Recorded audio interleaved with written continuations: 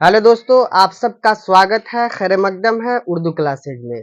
जैसा कि आप लोग जान रहे हैं कि क्लास 10th का उर्दू दरक्षा से 100 मार्क्स का बिहार बोर्ड यानी बीएसईबी बोर्ड जो पूछती है, तो उसी का तैयारी यहाँ पे करवाया जा रहा है, जो कि 4 चैप्टर मुकम्मल हो चुका है। आज जो है 5वां चैप्टर हम लोग पढ़ेंगे, जिसका नाम है निगार अजीम, जिसका नाम है आपका आशियाना, और इसके मुसन्निफ जो है वो निगार अजीम है।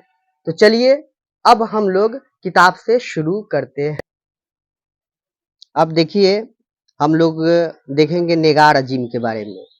निगार अजीम का अफसाना जो है वो आपका आशियाना है। तो सबसे पहले आशियाना को देखने से पहले निगार अजीम के बारे में हम लोग कुछ जान लें, क्योंकि एग्जाम में इससे क्वेश्चन पूछता है। निगार अजीम, निगार अजीम अहद हाजिर की एक अहम अफसाना निगार है। यहाँ से आपका क्वेश्चन निकला कि निगार अजीम जो है वो क्या है, तो आपको बताना है कि निगार अजीम जो है अफसाना निगार है। क्या है? अफसाना निगार है। निगार अजीम अफसाना निगार है। उनका असल नाम मलिका महर निगार है। ये भी क्वेश्चन पूछता है एग्जाम में कि निगार अजीम का असल नाम क्या है, तो आपको बताना है निगार अजीम का असल नाम मलिका महर निगार है। ठीक है। कलमी नाम निगार अजीम है। ठीक है, कलमी नाम जो इनका क्या है, निगार अजीम है। आपसे क्वेश्चन पूछा जाएगा कि निगार अजीम का कलमी नाम क्या है, तो आपको बताना है कि निगार अजीम का कलमी नाम, ठीक है, निगार अजीम का कलमी नाम निगार अजीम है। वह उर्दू दुनिया में मशहूर मकबूल है। उर्दू दुनिया में ये क्या है, मशहूर मकबूल है, मतलब इनका नाम है, बहुत ज्यादा शोहरत है, इज्जत है उर्दू दुनिया में। उर्दू के अलावा इन्होंने ड्राइंग और पेंटिंग में भी एमए किया, इसको याद रखिएगा। निगार अजीम ने, क्वेश्चन पूछा जाएगा आपसे कि निगार अजीम ने कौन सा सब्जेक्ट में, कौन सा मजमून में एमए की है, तो आपको बताना है ड्राइंग और पेंटिंग में निगार अजीम ने एमए किया है। ठीक है। उन्होंने सआदत हसन मंटू की अफसाना निगारी का तनकीदी जायजा पेश करके जामिया मिलिया इस्लामिया पीएचडी की डिग्री भी हासिल की।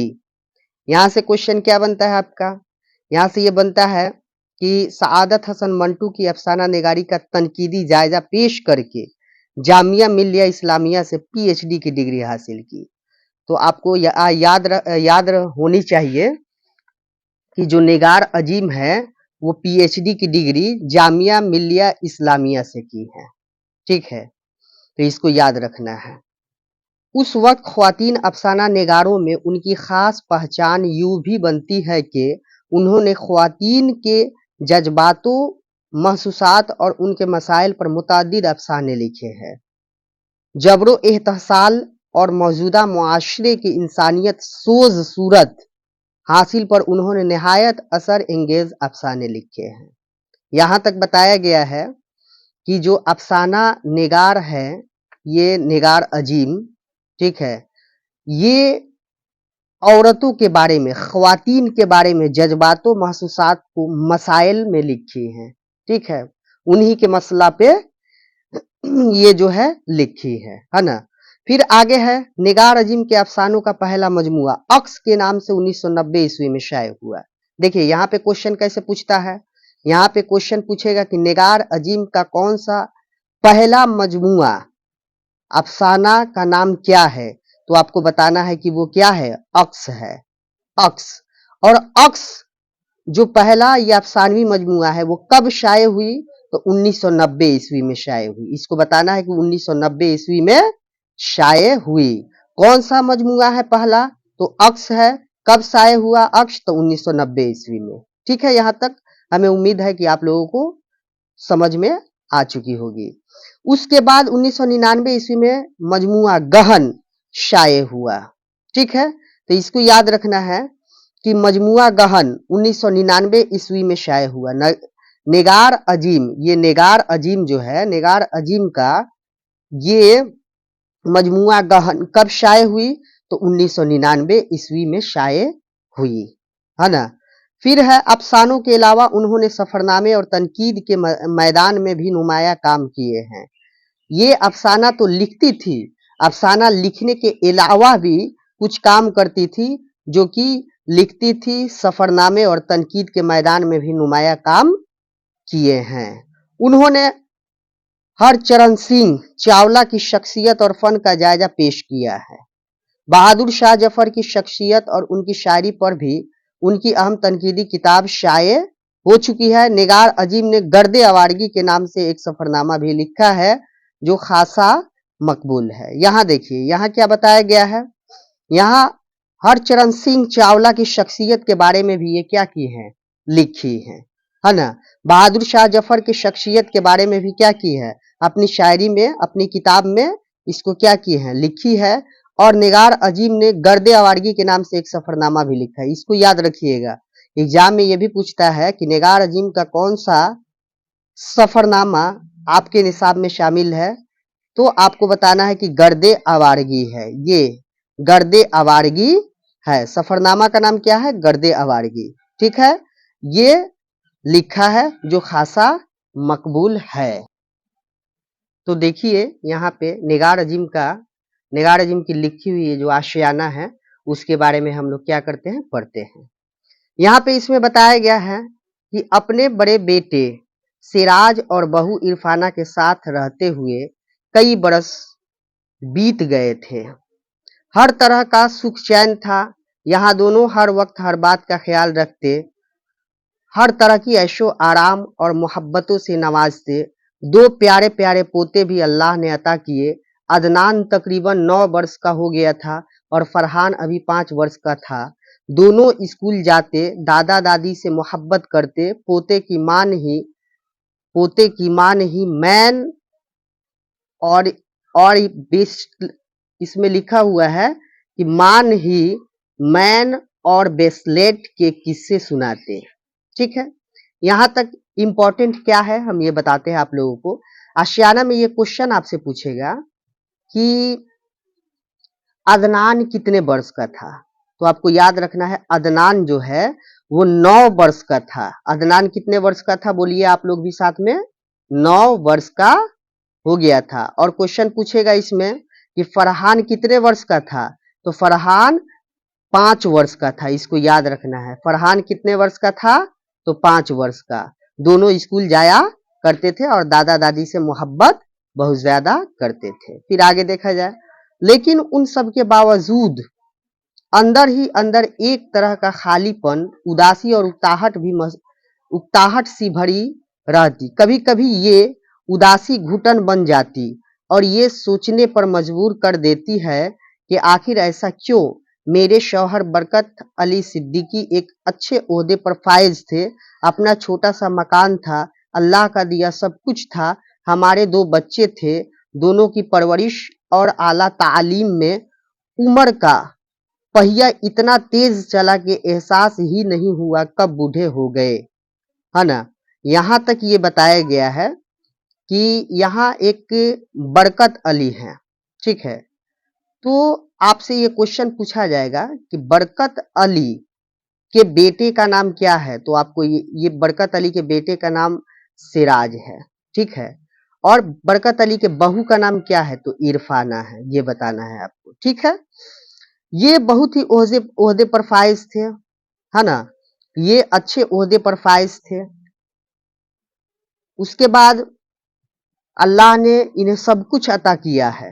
ठीक है, 2 बच्चे जिसका नाम एक का सिराज है और एक उनकी बेटी है। ठीक है, दोनों की परवरिश आला तालीम में उम्र का पहिया इतना तेज चला कि एहसास ही नहीं हुआ कब बूढ़े हो गए। ये लोग, इनकी बरकत अली जो है ना, उनके वाइफ ये सोच रही है ना, बैठे बैठे उकताहट महसूस कर रही है। फिर आगे देखा जाए, बेटी रुकैया की जिम्मेदारी। अब देखिए, बरकत अली के बेटे का नाम सिराज है और बेटी का नाम रुकैया है, इसको याद रखिएगा।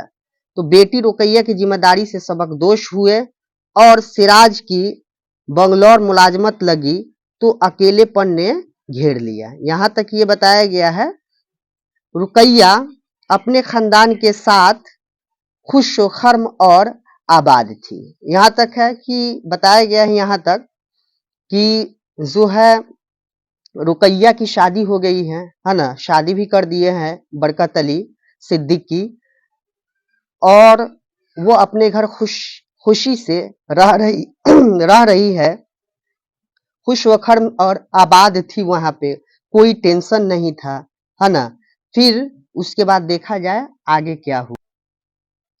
शुरू शुरू शुरू में तो जल्दी जल्दी बेटी दामाद आते, लेकिन जैसे जैसे दिन गुजरे उनकी मसरूफियतें बढ़ी तो बस बतौरे मेहमान आते, ठीक है।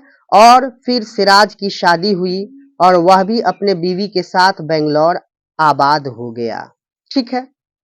ये अपने दोनों बेटे बेटियों की शादी किए, खुशी से वो लोग रह रहे थे, है ना। बेटी की भी जहाँ शादी किए थे ये बरकत अली सिद्दीकी, वहां बेटी भी खुश थी, है ना। और बेटा सिराज जो है वो भी अपने बीवी के साथ खुश था, है ना।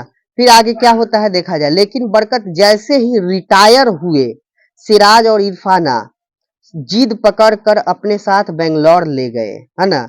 जब ये रिटायर हुए, ये आपका बरकत अली सिद्दीकी जब अपने ओहदे से रिटायर हुए, तब उनके बेटे और बहू सिराज और इरफाना जो है जिद पकड़ करके, ठीक है, वो अपने साथ बेंगलोर ले गए, ठीक है। और वह आशियाना जो हमने तिनका तिनका करके बनाया था, बेटे बहू की मोहब्बत में बहुत दूर छूट गया, है ना। बेटे बहू की मोहब्बत में ये लोग अपने बेटे और बहू के साथ रहने कहाँ चले गए, तो ये लोग बेंगलोर चले गए, इसको याद रखिएगा। फिर बेटे बहू ने खिदमत गुजारी और दिलजुई में दिन रात एक कर दिए। कभी कभी हम दोनों मियाँ बीवी इस खिदमत से शर्मसार भी हुए।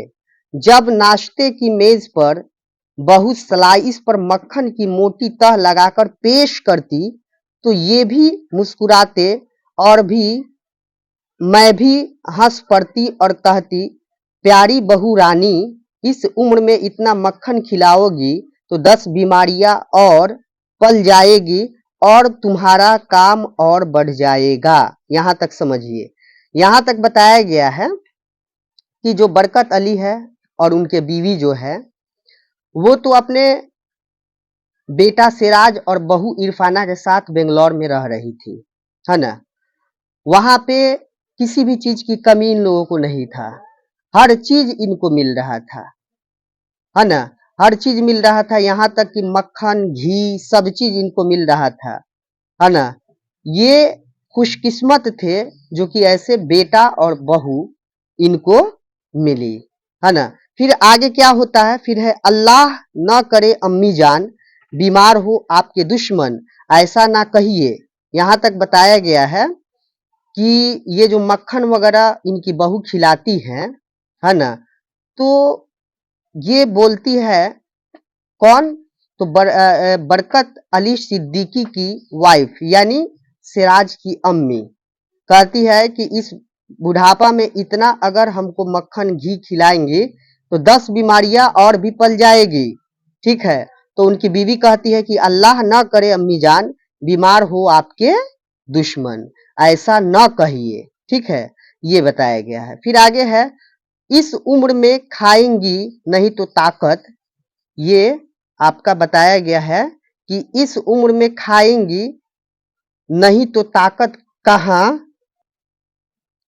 कहाँ से आएगी, क्यों अब्बू जान, और अब्बू जान मुस्कुरा पड़े, है ना। यहाँ पे जो बहू है वो बोल रही है कि इस उम्र में आप अगर नहीं खाएंगी तो ताकत कहाँ से आएंगी। यहाँ तक बोल रही है कि क्यों अब्बू जान, तो अब्बू जान क्या करते हैं, मुस्कुरा पड़ते हैं, है ना।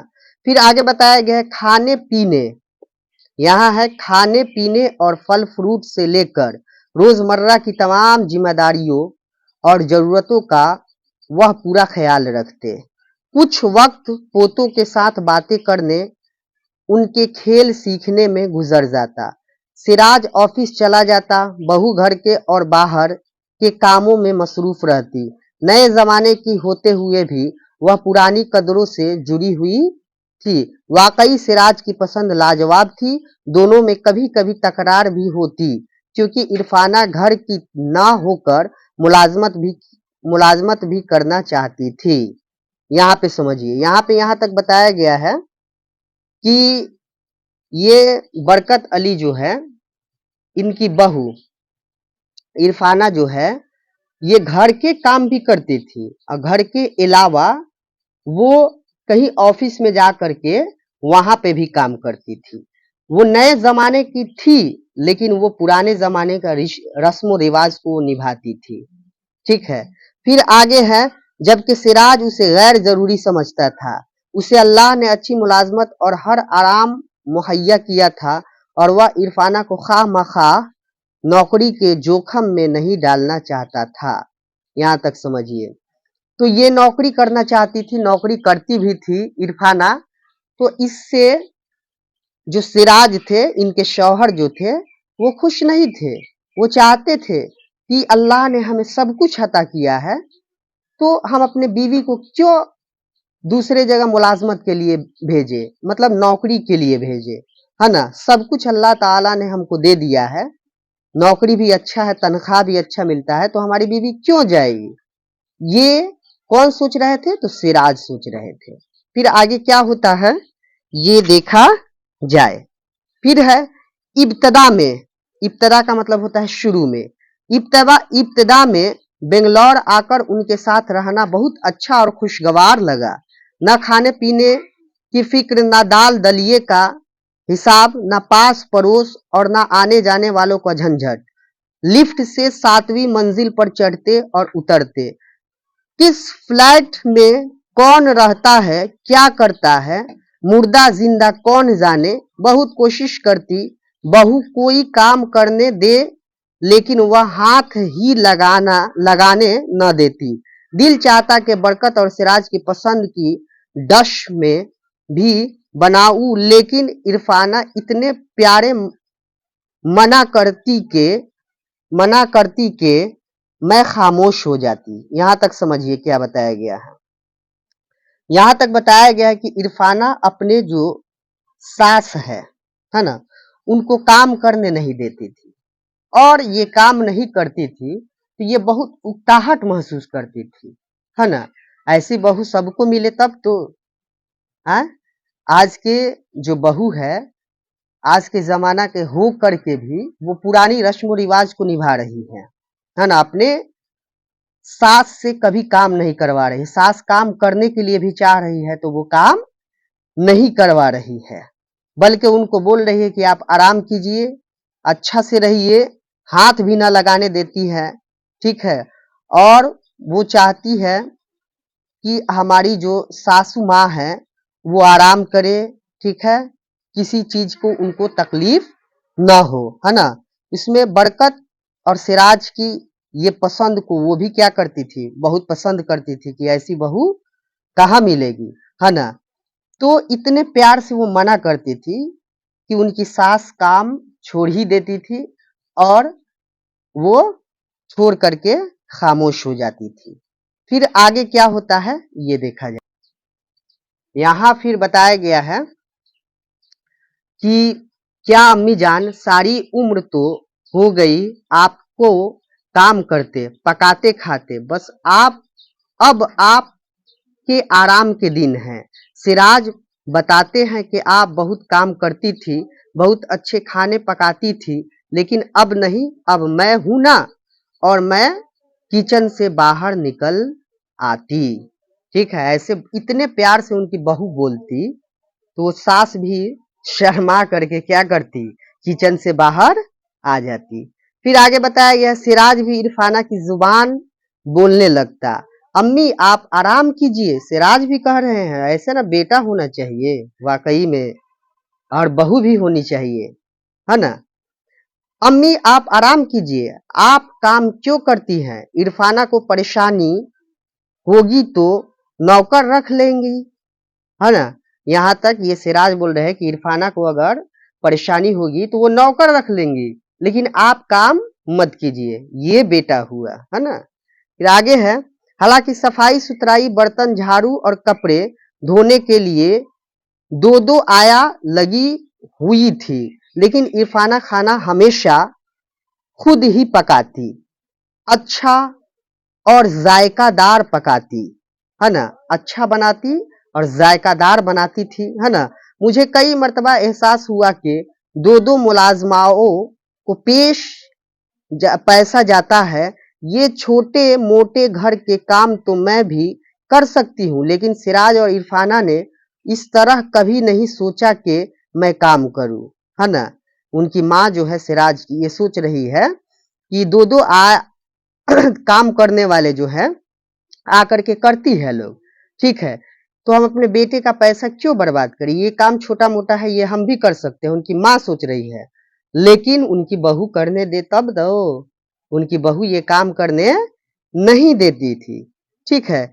उन्हें तो मेरा आराम बेहद पसंद था, कभी किसी काम के लिए मुलाजमा को टोकती कि सब्जी ऐसे धो, फ्रिज में ऐसे रखो, है ना, ये सब क्या करती, टोकती। फिर आगे क्या होता है, कपड़े, फिर हम पेज पलटते हैं, है ना, ऐसे ऐसे फैलाओ, सफेद कपड़ों के साथ रंगीन कपड़े न धो तो सिराज फौरन बोल पड़ता, ठीक है। यहां तक ये बताया गया है कि सिराज फौरन क्या कर पाता, बोल पड़ता, अरे अम्मी ये दर्द सर आप क्यों मोल लेती हैं, इसके लिए तो आपकी बहू ही काफी है। ये कौन बोल रहे हैं, सिराज बोल रहे हैं अपने अम्मी को, आप क्यों परेशान होती है, अब मैं क्या समझाऊं कि मैं परेशान नहीं हूं। उनकी माँ बोलती है कि अब मैं कैसे समझाऊं कि ये सब काम से हम परेशान नहीं हैं, लेकिन उनके बेटे भी सोच रहे थे अच्छे के लिए, और ये भी सोच रही थी कि थोड़ा मोड़ा हम भी काम कर लेंगे तो मेरा मन बहल जाएगा, है ना। फिर आगे क्या होता है, उस घर पर इतना अपना हक समझती हूँ, ये मेरे बेटे और बहू का घर है, ये घर पराया नहीं है, सफाई सुथराई या घर के काम काज पर मैं नजर नहीं रखूंगी तो कौन रखेगा, आखिर में घर की बड़ी हूँ, ठीक है, यहाँ तक ये बताया गया है। फिर बहू पर अभी से इतनी जिम्मेदारियां ठीक नहीं, लेकिन मैं ऐसा कुछ भी नहीं कहती, बस खामोश हो जाती। इनकी माँ जो है क्या करती, खामोश हो जाती। उनके बेटे कहते कि आप इतना टेंशन मत लीजिए, है ना। तो वो मन ही मन में सोचती कि अरे हम हम भी तो घर के ही हैं, है ना, कुछ ये काम कर देंगे तो बहू को तो हल्का हो जाएगा। हाँ, बहू जो है अकेली कितना काम करेंगी, ये सोच रही थी सिराज की अम्मी और इरफाना जो है उनकी सासू अम्मी। फिर आगे क्या होता है, दरअसल इरफाना ने अपने घर के निजामों और हकूक में किसी दखल अंदाजी की कोई गुंजाइश ही नहीं छोड़ी थी। मैं शिकायत करती भी तो किस बात की, इन दोनों ने बड़ी इज्जत मोहब्बत और एहतराम के साथ मेहमानों की तरह अपने घर में और दिल में जगह दी थी। जब कभी दोनों में नाराजगी या खटपट होती तो मौका देखकर सिराज से कहती, बहू अगर मुलाजमत करना चाहती है तो करने दो, पढ़ी लिखी है, आजकल सब लड़कियां करती है, और फिर मैं हूं ना, घर की तमाम जिम्मेदारियां मैं संभाल लूंगी, खाली ही तो बैठी रहती हूँ, यहाँ मुझे कोई काम ही नहीं, फिर दो दो आया लगी हुई है ना। यहाँ तक बताया गया है। उनकी माँ सोचती है, ये कहती है सिराज को कि आप में अगर अनबन होता है, दोनों में अनबन होता है, तो सिराज की अम्मी कहती कि आज की जो लड़की है वो मुलाजमत करती है, नौकरी करती है, तो उनको करने दीजिए, है ना। फिर तो मैं घर के काम करने के लिए हूं ही, यहाँ पे बैठी रहती हूँ, अकेला हूँ, परेशान हूँ, तो घर के काम करने में क्या दिक्कत है ना। ये सिराज की कौन कहती है, तो सिराज की अम्मी कहती है, नहीं अम्मी ये मसला नहीं, उन बड़े शहरों के मसाइल ही दूसरे हैं, दिन भर बसों और ट्रेनों में धक्के खाने पड़ते हैं, और भी कई बातें हैं, और फिर खुदा खुदा ना खास्ता कोई परेशानी हो तो चलो ठीक है, मेरा अब प्रमोशन होने वाला है, मेरी सैलरी और बढ़ जाएगी और फिर कौन सा बहुत बड़ा कहना है हमारा। सिराज के दलाइल सुनकर मैं खामोश हो जाती और बहू भी बोल पड़ती, अम्मी आप फिक्र ना कीजिए, इनकी अकल में मेरी बात आएगी ही नहीं, है ना। ये अपने में बात कर रहे हैं लोग ऐसे, है ना। तो हर घर में होती है ना, आशियाना है, तो इसी के बारे में बात की गई है। फिर आगे क्या होती है देखिए, दिन यूं तो बहुत आराम से गुजर रहे थे, लेकिन दिल की नैया डोलती रहती। बरकत भी बेटे के यहाँ बज़ाहिर खुश और मुतमईन नजर आए, लेकिन उनकी बेचैनी मेरी नजरों से पोशीदा न थी। मैं बरकत के मिजाज को बहुत अच्छी तरह जानती थी, लेकिन एक अनजाना सा खौफ मुझे उनके दिल के तारों को छेड़ने से रोके रहता। इसमें रत्ती बराबर भी शक नहीं कि हमारा बेटा और बहू बहुत लायक, बाअदब और हजारों में एक थे। हमें तो उन पर फख्र होना चाहिए था कि उनके गुण बयान करने चाहिए थे, जैसे इरफाना अपनी सहेलियों से हमारे गुणगान गाती थी, लेकिन हमें इतना मौका भी कहाँ मिलता। ठीक है, तो यहाँ तक ये बताया गया है कि यही सब जो है कि बरकत जो है वो नए शहर में रहते, अकेले रहते, खुश थे, अपने बेटे के गुणगान गाते, है ना। बरकत की वाइफ जो है, सिराज की माँ जो है, वो भी अपने बेटे और बहू की गुणगान गाते हैं कि ऐसा बेटा कहाँ से मिलेगा, है ना। ऐसा बेटा आज के ज़माने में मिलना मुश्किल है ना। वो लोग बहुत ज़्यादा खुश थे, लेकिन अंदर ही अंदर कुछ घुटन हो रही थी, है ना। तो आगे क्या होता है ये देखा जाए। था या फिर शायद हम खुद को ही नहीं समझ सके कि हम चाहते क्या है। अपना हाथ इख्तियार, अपनी बादशाहियत, हम उम्र साथी, ऐशो आराम या फिर अपनापन। ठीक है, फिर आगे बताया गया है, हम सब जब कभी एक साथ बैठते और पुरानी बातें छेड़ते तो मुझे एहसास होता बरकत के अंदर भी कहीं ना कहीं मायूसी पनप रही है।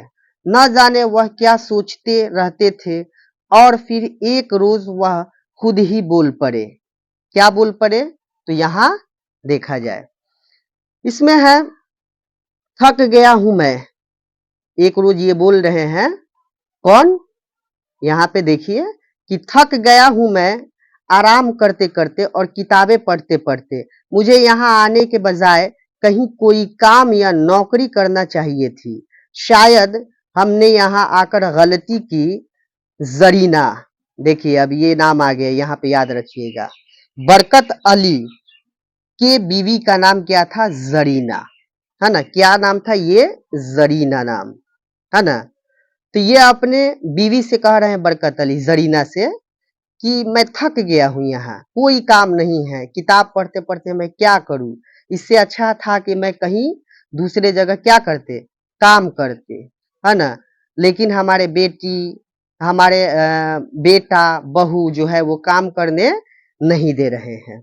ये हमारा घर नहीं है, ये तो बेटे और बहू का घर है। हम तो इस घर के मेहमान हैं, और मेहमान तो दिन दो दिन का होता है, बरसों का नहीं। इसी मेहमानी में 2 बरस गुजार दिए हमने, बहुत हुए हैं 2 बरस। अब मैं बीमार सा हो गया हूं। क्या तुम अपने बेटे बहू को छोड़कर मेरे साथ अपने छोटे से घर में वापस चलोगी।